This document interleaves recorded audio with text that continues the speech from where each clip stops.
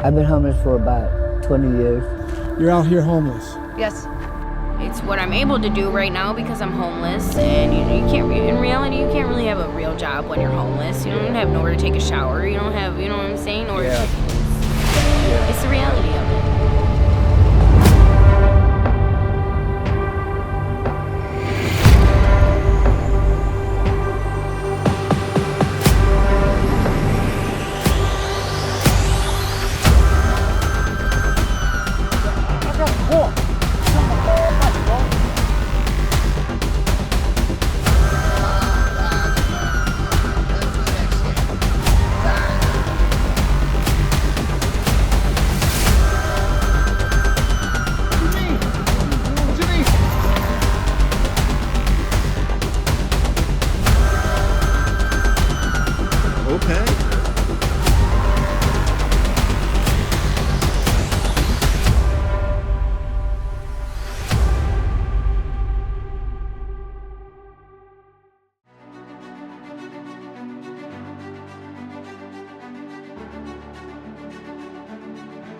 Nestled in the heart of downtown Los Angeles, Skid Row stands as a stark testament to the fragile edges of the American dream, a 50-block stretch where resilience and despair coexist, and where the city's pulse is felt most vividly among those often overlooked.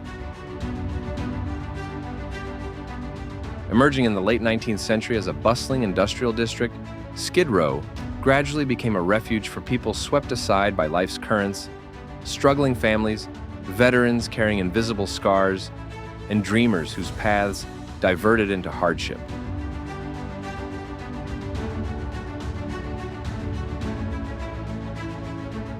By the 1930s, it had evolved into a hub of affordable rooms missions and mutual support. Through the mid-20th century, it became a thriving community despite the persistent challenges on its streets. Today, amid the hum of daily survival, one can witness unbreakable bonds, forming over shared meals at soup kitchens and stories swapped under flickering streetlights.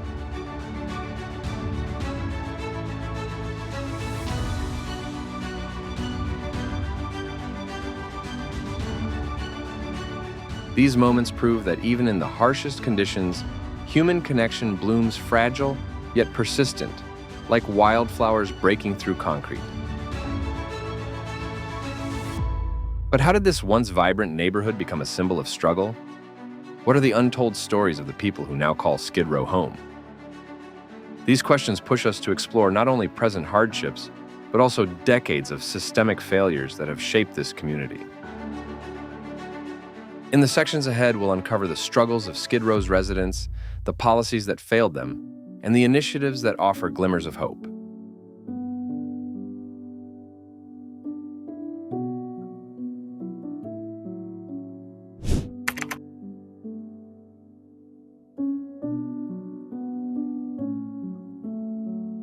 Beneath the tents and crowded sidewalks lies a quieter truth revealed through numbers. He almost fell looking at a girl. These figures don't just count people. They trace the rise and fall of lives caught in the tide of homelessness in America. In 2025, LASA's point-in-time count showed a cautious decline in the overall homeless population across Los Angeles for the second consecutive year. Targeted housing efforts have helped some, yet in Skid Row progress remains tenuous.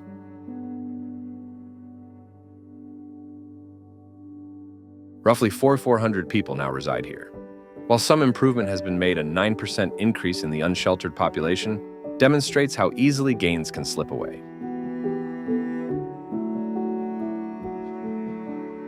Many sleeping rough were displaced from neighborhoods like Hollywood and Venice after encampment sweeps. With nowhere else to go, they've migrated deeper into Skid Row's congested blocks.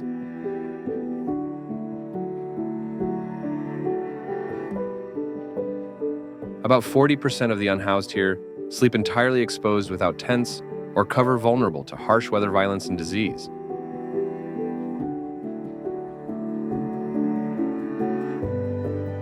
These numbers speak beyond trends. They reveal the human cost of policy failures. Skid Row reflects the deeper inequalities in America.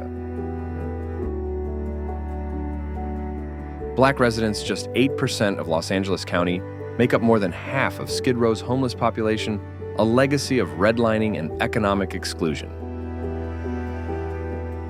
Women, transgender individuals, and seniors are increasingly visible, often driven into homelessness by domestic abuse, medical debt, or rising rents that outpace fixed incomes. Despite millions poured into temporary shelters and outreach programs, through the state's Encampment Resolution Fund, cracks remain. Progress is fragile, and any lapse in funding or political will quickly erode gains. Each number is a life, a story, a fragile thread in the human tapestry of Skid Row. These statistics urge us to see beyond headlines and confront the question: how long can stopgap measures hold back the tide of homelessness in America?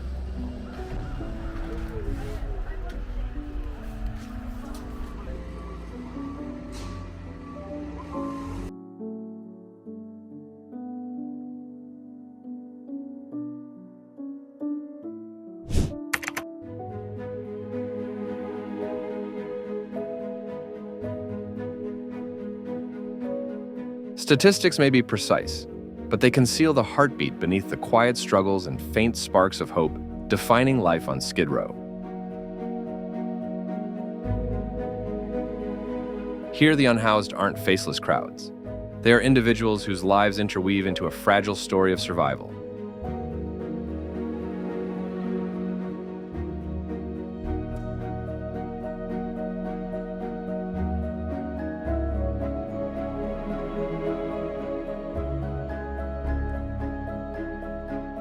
Consider the disabled mother, 2 decades on these streets, her life etched with grief and peril. Addiction once consumed her, costing her children. The drugs mattered more than losing them, she admits, voice cracking.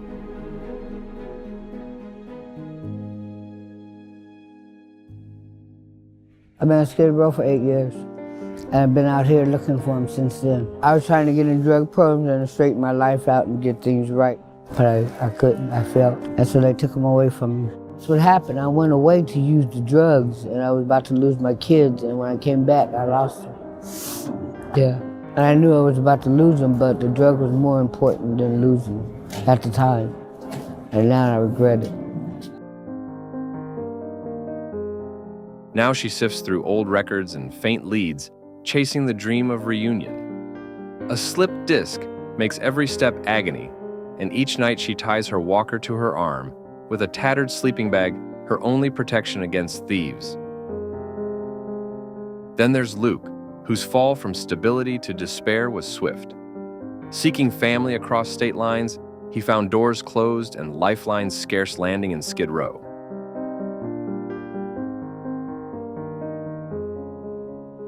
I grabbed this part right here at nighttime. I hold on to this and I tie my sleeping bag through it like this. And I hold this all night. But I tie it on my arm like this, so can't nobody get it from me. Yeah. Because I heard a lot of people that got their wheelchair stolen. I've seen a lot of people. And they just could sit there and do nothing but cry till somebody came and helped them. Survival has a cost here, he says. Corner taxed by shadowy enforcers, possessions, stolen tents, repeatedly ransacked. Sleep is scarce, exhaustion endless. Jobs slip away, hope slips with them. His wife battles harassment and a devastating cancer diagnosis discovered during pregnancy. These portraits, diverse yet united in suffering, shatter myths about the deserving poor. They include veterans scarred by war workers, undone by recession, and families ruined by sudden misfortune.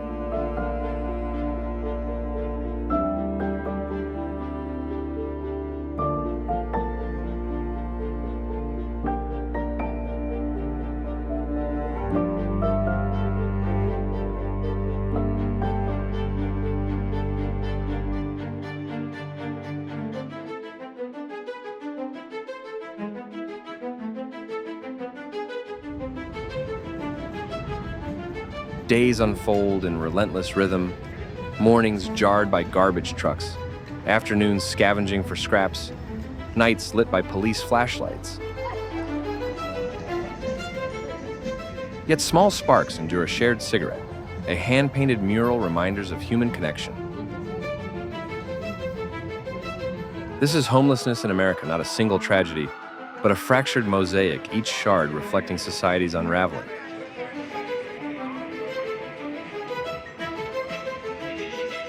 As their voices rise above the city's hum, we are left to ask how many echoes will it take before we finally act.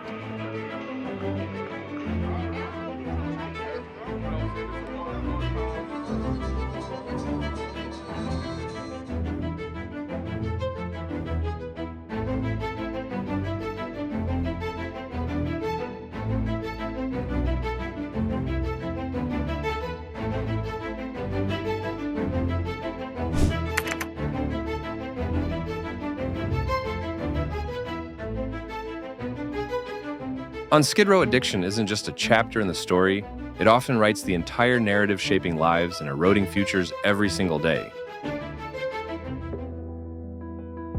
Here, substance use is not a fleeting temptation. It is a relentless fight for survival, a trap that tightens with every hit.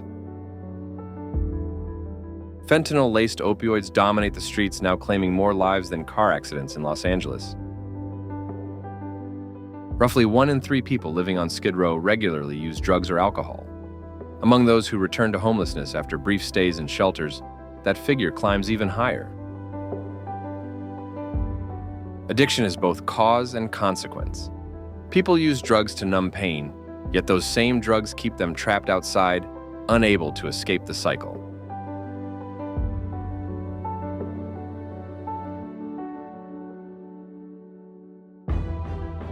The physical toll is brutal. Overdoses occur almost daily. Bodies are found slumped in alleys or doorways, sometimes revived by a stranger with naloxone, sometimes not. Long-term use brings infections like HIV and hepatitis C, painful abscesses, and severe malnutrition. Sleep is fragmented nights, interrupted by withdrawal tremors. Hospitals report that people from Skid Row with addiction occupy a disproportionate share of psychiatric beds, creating a vicious loop, untreated addiction strains, care systems, and pushes more people deeper into crisis.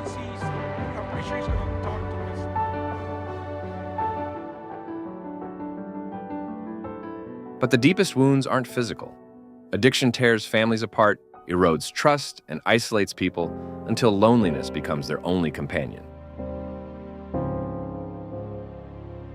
Trust is often the first casualty. Families lose savings, heirlooms, and relationships to the relentless pull of a habit. On the streets, addiction drives theft and survival sex, not from choice, but desperation, leaving arrest records that block access to housing and employment.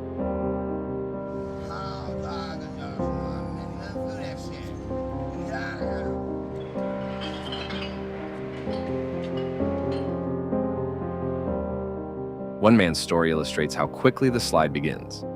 A former biology student suffered a motorcycle crash that left him with titanium plates and chronic pain.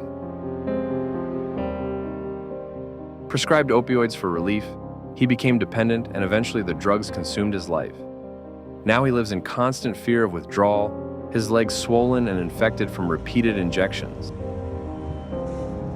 "I don't get high anymore," he says softly. "I just try to feel normal. When it hits, it feels like the hand of God touches you."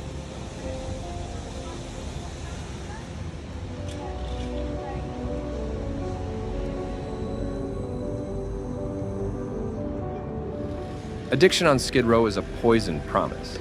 It offers escape, but delivers deeper torment. Cheap synthetic drugs flood the streets, while real treatment remains nearly impossible to access. For every 100 people in need, fewer than 1 receives help. Instead of building strong safety nets, the war on drugs has too often become a war against those who are addicted. This crisis demands a hard reckoning in a nation of immense wealth. Why are so many still forced to fight this battle alone? And how many more lives must be lost before solutions are built strong enough to stop the bleeding?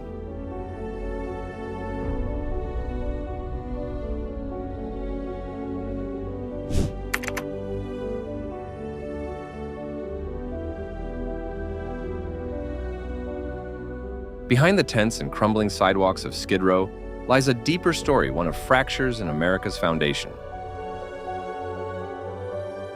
It is part of the larger reality of homelessness in America. What we see here is not random or accidental. It is the result of decades of policy failures, systemic neglect, and choices that have pushed ordinary people ever closer to the edge. At the heart of it is an unrelenting housing crisis.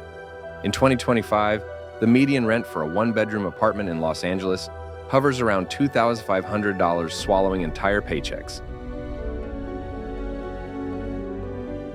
After the pandemic, eviction protections ended remote work, inflated housing demand, and ordinary working people, nurses, teachers, baristas, found themselves fighting just to remain housed.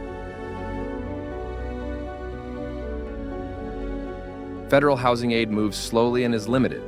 For every affordable unit built, several more vanish into high-end developments.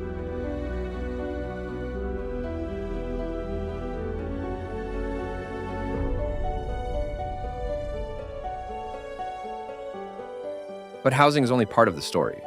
Mental health struggles cut deep, affecting nearly a third of the unhoused population.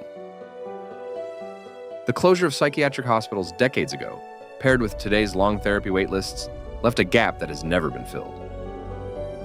Veterans return with invisible scars. Survivors of domestic violence, often women of color, flee unsafe homes only to encounter shelters that cannot adequately protect them. Addiction often springs from these scars, fueled not by poor choices but by trauma, poverty, and the absence of support when it's most needed. Another driver of Skid Row's growth is displacement. When encampments in Hollywood or Venice are cleared, people don't disappear, they move. More often than not, they end up here where services exist, but space is limited. These sweeps, framed as public safety efforts, usually just shift the problem from one block to another.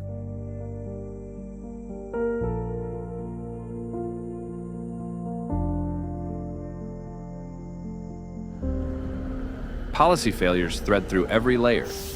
Restrictive zoning laws throttle affordable housing. Criminalizing homelessness deepens mistrust between residents and law enforcement. Climate disasters like the wildfires devastating California push even more families into cities already at breaking point. Meanwhile, billions flow to defense budgets and corporate contracts, while housing programs scramble for crumbs. For most, homelessness isn't a sudden collapse. It is slow and cumulative layoffs, medical debt, childcare costs, or a landlord's notice taped to a door. It is death by 1,000 cuts, delivered by a system too distracted to care. These aren't isolated crises, they are symptoms of deeper national wounds. Skid Row is more than a neighborhood. It is a mirror reflecting America's unfinished work. The lingering question is, how long can we keep patching these cracks before the entire foundation begins to give way?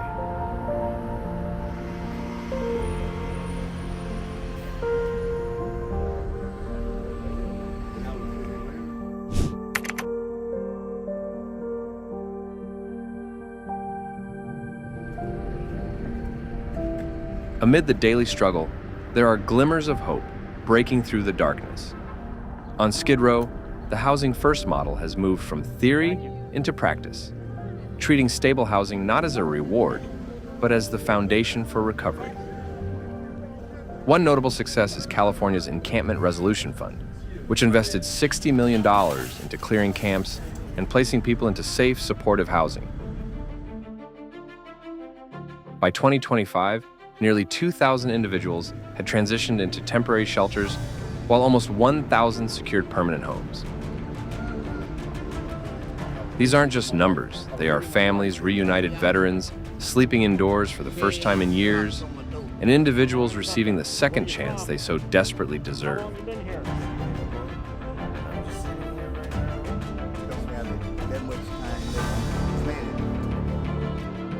Another beacon of progress is Every Woman Housed, a program designed to address the specific struggles of women and gender non-conforming individuals living on the streets.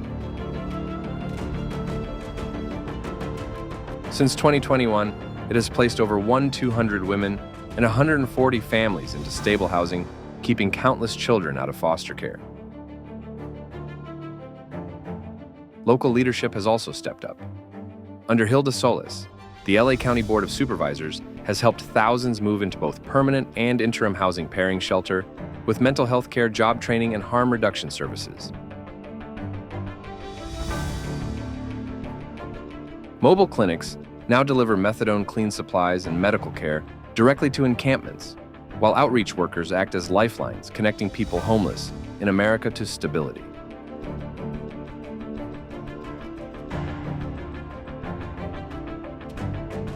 These combined efforts are showing measurable results.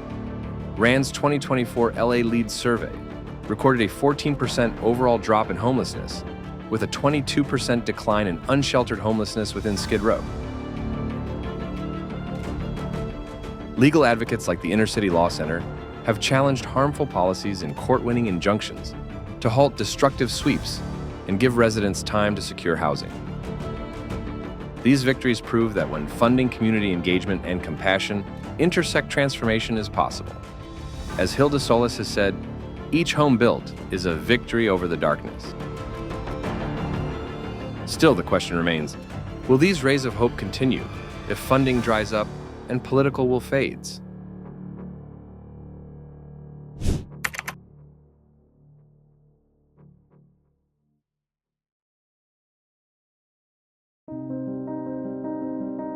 Despite these moments of progress, Skid Row remains a place where hardship hangs heavy, thick as morning fog slow to lift.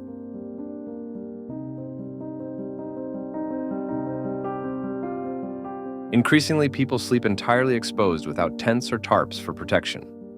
Rough sleeping now accounts for nearly 40% of the unsheltered, leaving many at the mercy of cold nights, violence, and illness.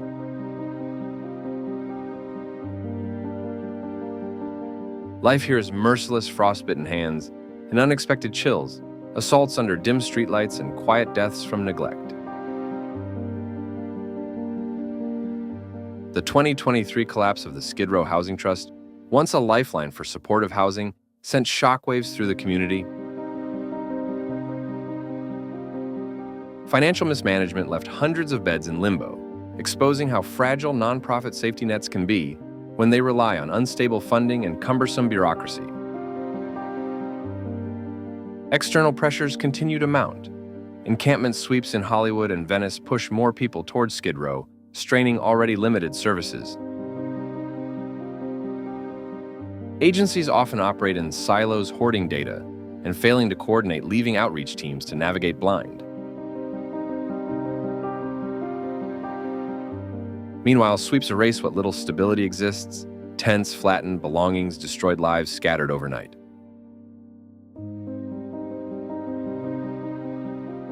Climate disasters add another layer of complexity. The 2025 wildfires displaced hundreds, many seeking refuge in Skid Row's emergency centers, only to face overcrowding and growing tension. This collision of climate change, migration, and weak infrastructure exposes how unprepared the system really is.